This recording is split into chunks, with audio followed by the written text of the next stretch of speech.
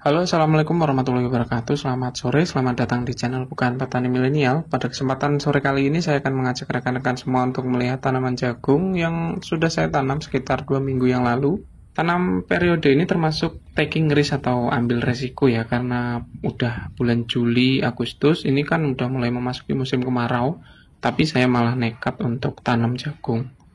Berikut ini adalah kondisi tanaman jagung yang mulai kelihatan ada serangan ulat grayak, Spodoptera frugiperda. Ini ulatnya masih kecil, daunnya juga kelihatan udah mulai bolong-bolong walaupun umurnya masih 2 minggu. Kondisinya seperti ini. Nah, kebetulan yang sebelah sini nih, ini kita aplikasi dengan kompos kotoran ayam murni, di mana saya aplikasikan di bagian paliran seperti ini. Adapun untuk jarak tanam yang saya gunakan, yaitu 20-25 cm untuk antar tanamannya.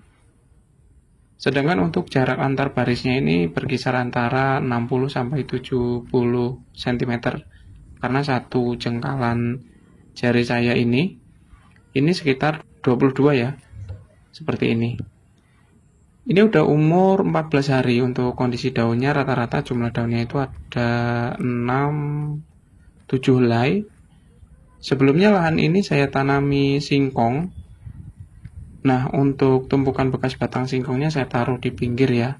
Saya memutuskan untuk tanam jagung itu karena harga singkong lagi nggak baik-baik saja nih.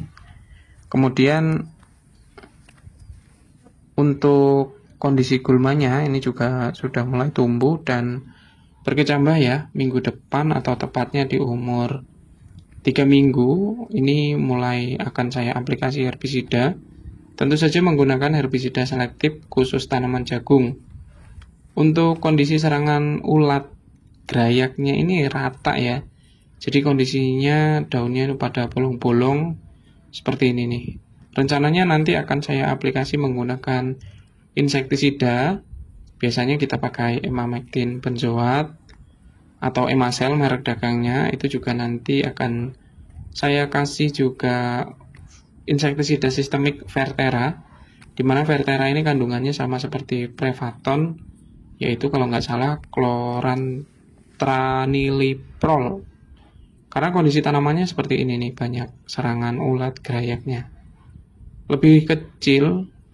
Nah, untuk bibit yang saya tanam ini adalah jagung hibrida NK Perkasa ya. Ini relatif nggak tahan terhadap ulat. Mungkin ada beberapa rekan-rekan yang sudah familiar dengan mulai banyak ya, kayak NK Sumo Sakti, Perkasa Sakti.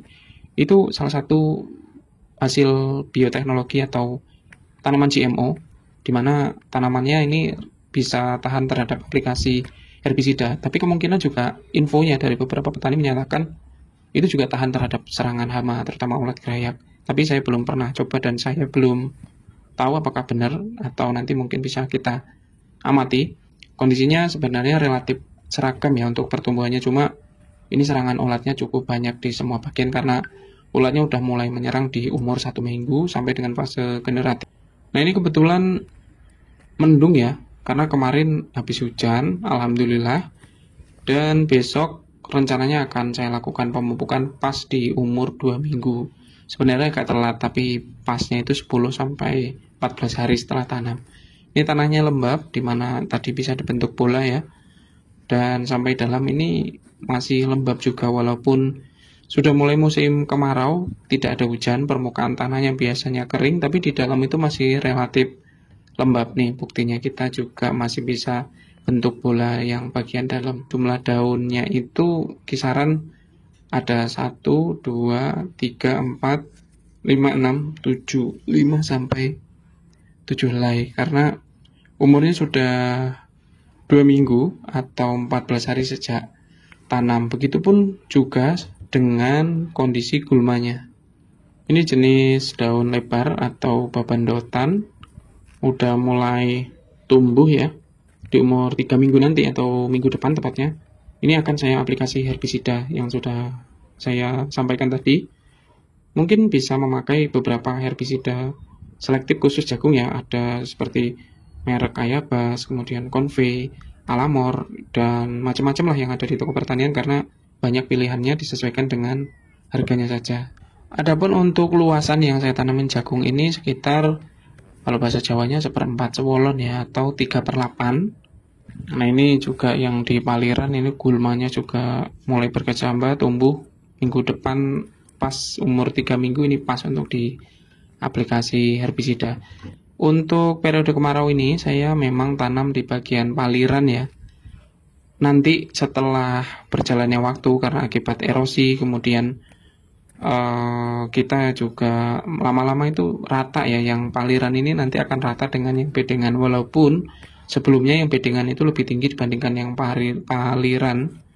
Nanti di akhir menjelang panen itu rata kok, karena ya proses erosi tadi. Jadi lama-lama yang paliran itu terisi dari tanah yang bagian bedengan. Jadi sehingga nggak ada masalah sih.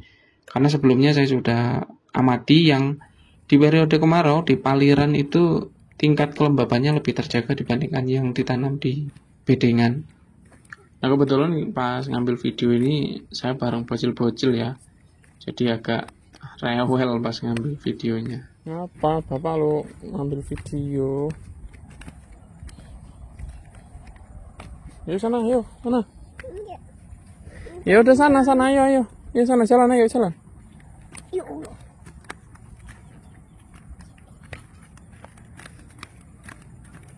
Bocil-bocil ini ngikutin aja.